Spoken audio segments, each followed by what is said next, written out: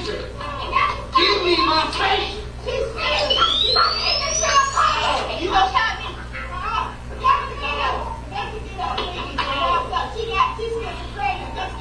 Listen, give me my taser now.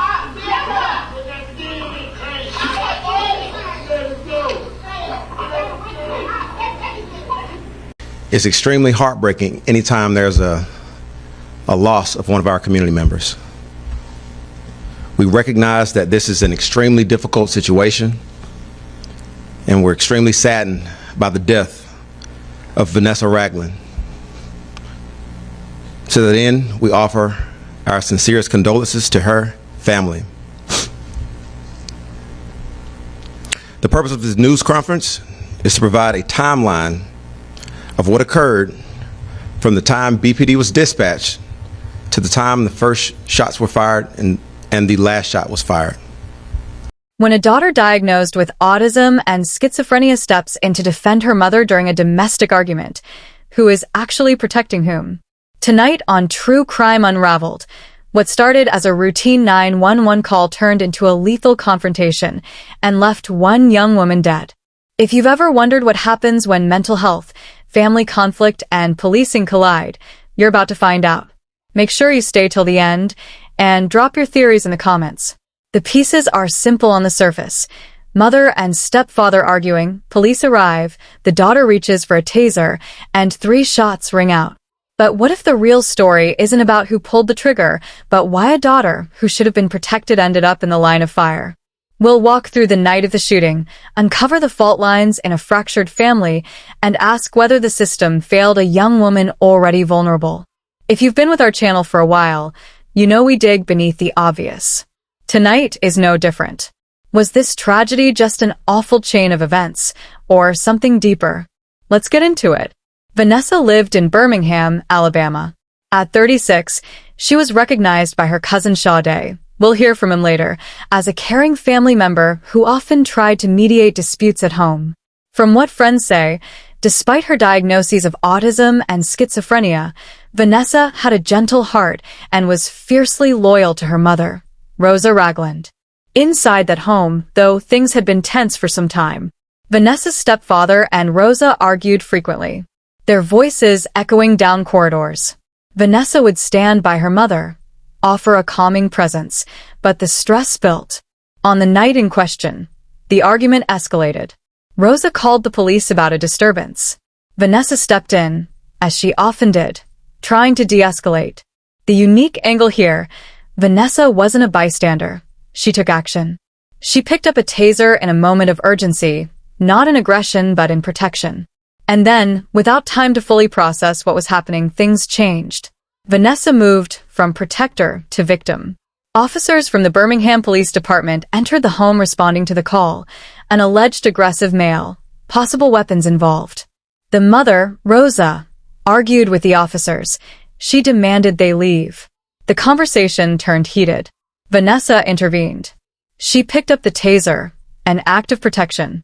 But from the officer's perspective, it became a threat. According to the department, the officer's taser was taken. Then 7 seconds later, the officer fired 1 shot, followed by 2 more. Think about that. 7 seconds from a moment of loss of a less lethal device to lethal force. Was that a split-second judgment under pressure, or a sign of deeper failure in the system?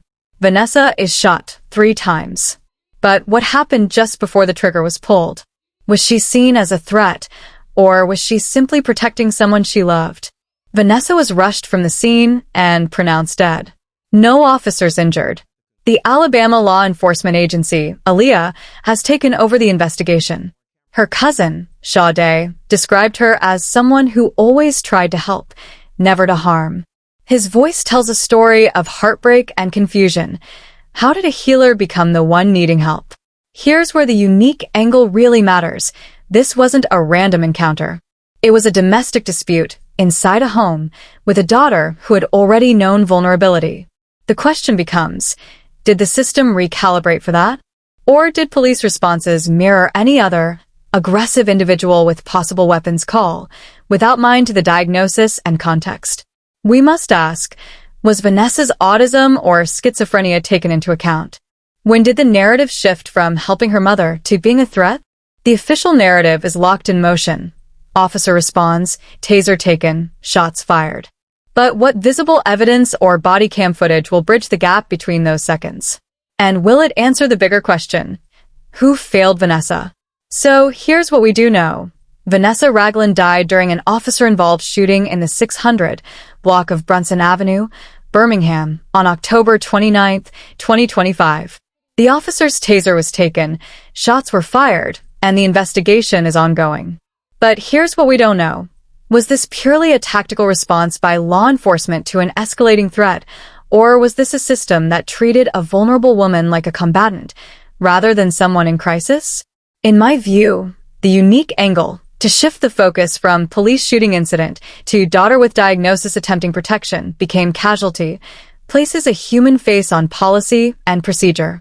It's not just about whether the shooting was justified. It's about whether the front line of conflict included someone the system should have anticipated, someone it should have protected. Vanessa reached for a taser to defend her mother. Should she ever have been in that position?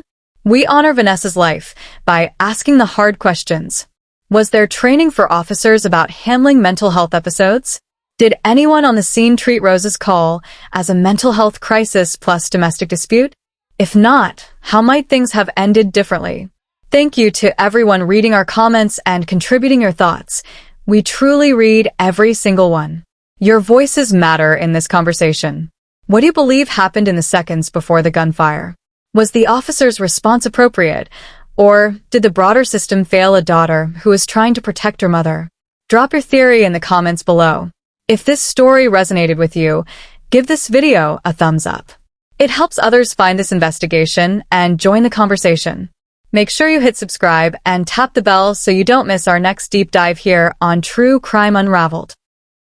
Did y'all call? Yeah.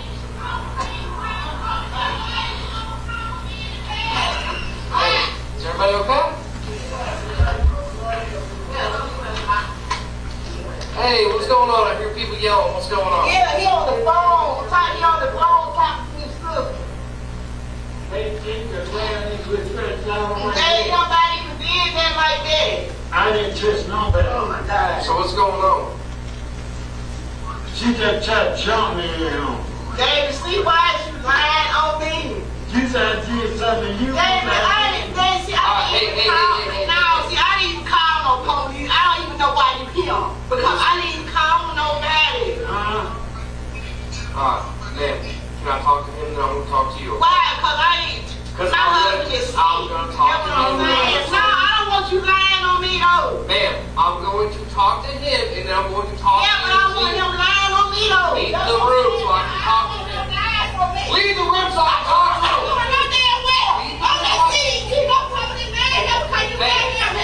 Hey, leave the room so I can talk to him. You're about to go in. You're about to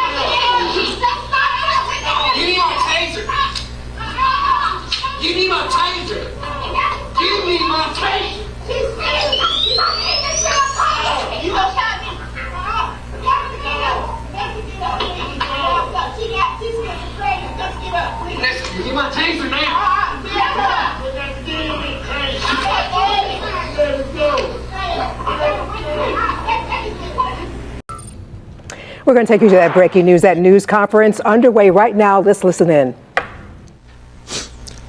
I'm Michael Pickett, and I have the pleasure to serve as the Chief of Police for the Birmingham Police Department. As we discuss this officer-involved shooting, our priority has been to move really quickly to gather the facts, to cooperate with the investigating agency, and to make sure we are as transparent as possible with the public. It's extremely heartbreaking anytime there's a loss of one of our community members. We recognize that this is an extremely difficult situation, and we're extremely saddened by the death of Vanessa Ragland. To that end, we offer our sincerest condolences to her family. The purpose of this news conference is to provide a timeline of what occurred from the time BPD was dispatched to the time the first shots were fired and the last shot was fired. At the conclusion of my comments regarding the timeline, we're going to show the body-worn camera footage from the moment the officer arrived on scene until the time the shots were fired. That being said, I'm going to go into a bullet-pointed timeline of what you'll see just after I'm done speaking. Our 911 received a call to a residence in the 600 block of Brunson Avenue on Wednesday, October the 29th. At 5:07, the call details included: thinks dad's sugar is low, there's an aggressive male trying to fight, has taken away weapons. At 5:14, 2 officers were dispatched in separate police units to this residence, and due to the calls involving a violent person with possible weapons, that's why BPD was involved in a medical related call. The initial officer arrived at 5:21. He made contact with the family at the front door at 5:23 p.m. Immediately after making contact with the resident that opened the door for him, what you'll hear is the officer observed screams coming from within the home. Due to those screams and a person possibly being in immediate danger, you will observe the officer enter the residence and ask everyone if they're okay and what was going on. You will then observe the officer enter the bedroom of a bedroom in the residence and attempt to defuse a verbal altercation that was taking place between a male and a female. You will then hear the officer attempt to separate the 2 parties to begin his investigation on what was perceived as a domestic violence incident that was occurring. You will then hear the officer attempt to separate the 2 parties to begin his investigation. You will hear a male resident who's sitting on a bed state that he was jumped on by the female who initially became combative with our initial officer. Our investigation later revealed that that individual is the mother of the deceased. After several requests and numerous verbal commands were given to the female and they proved to be ineffective, you will see our initial officer attempt to detain the subject in order to gain control of the volatile situation. As the officer attempts to guide the subject away from the male and gain control of the female, you will observe her become increasingly physically combative. As the officer attempts to detain her, both she and the officer fall to the ground. After a brief struggle, the officer gives verbal commands to 2 additional females to stand back or get back. The females continue to approach the officer from behind. The officer then draws his taser. At 5:25 p.m., an additional struggle ensues with the 2 additional females. One of them falls to the ground, and one of them was the deceased, who was able to overtake the officer. At this time, the officer deploys his taser, and let me be clear, he pulls his taser first. There's a tussle. After he's overtaken, he'll deploy his taser. You will hear the taser cycling. The deployment was ineffective on the deceased. Approximately 10 seconds after being overtaken and lying on his back, with the deceased on top of him and the mother on top of him as well, he's going to say on the radio, "Step it up, I need more units." Approximately 22 seconds after being overtaken, you will hear him request for additional units for a second time. After 37 seconds of being overtaken, you will hear the officer state, "Give me back my taser, give me my taser," 3 times.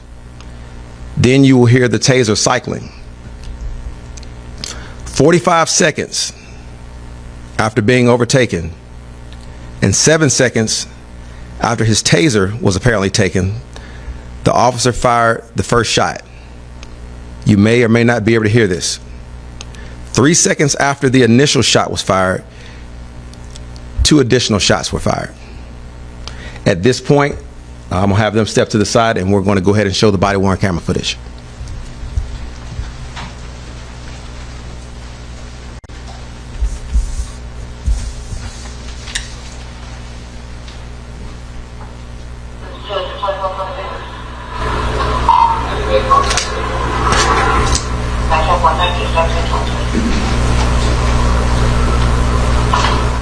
Hey, how y'all doing? What's going on? Did y'all call? Yeah.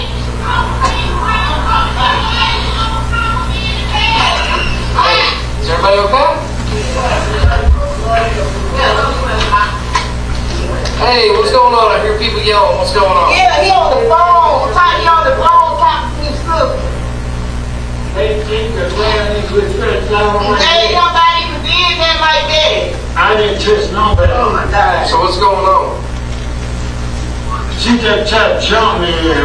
David, see why she lying on me? You said I did something to you. David, I didn't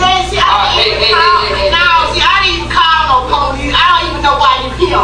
Because I didn't even call nobody. Alright, then, can I talk to him? Then I'm going to talk to you. Why? Because I didn't. Because My husband is sick. I'm going to talk to him. No, I don't want you lying on me though. Ma'am, I'm going to talk to him and then I'm going to talk Yeah, to but I don't want him lying on me though. Leave the room so I can talk to him. Leave the room so I can talk to him.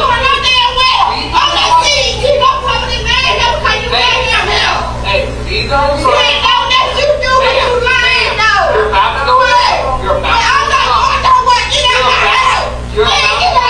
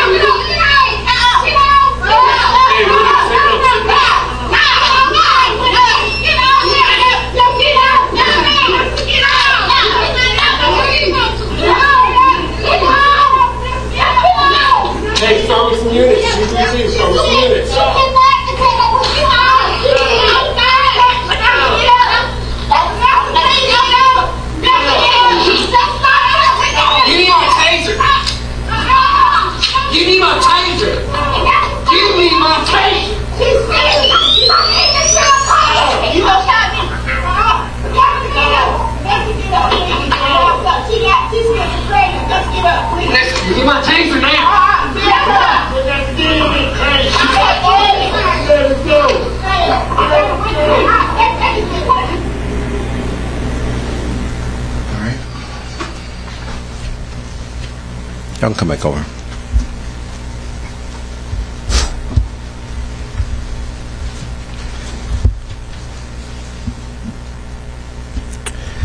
Now, I would just like to reiterate that we're here today to be transparent with the community and with our public, keep them informed. Anytime that police are involved in a shooting and there's loss of life, we recognize the sensitivity for the community, and our efforts are to provide the most information as possible in a timely manner while there is still an active investigation going on. The officer involved is on paid administrative leave during this investigation, and we will not be able to provide any additional information as it is an ongoing investigation.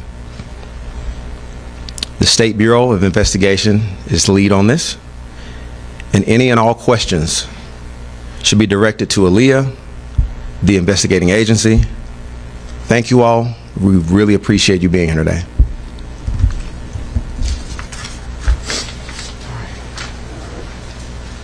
You have been listening to a news conference. You just heard from Chief Michael Pickett with the Birmingham Police Department giving us information on that officer-involved shooting that ended in the life of a woman in Birmingham on Wednesday.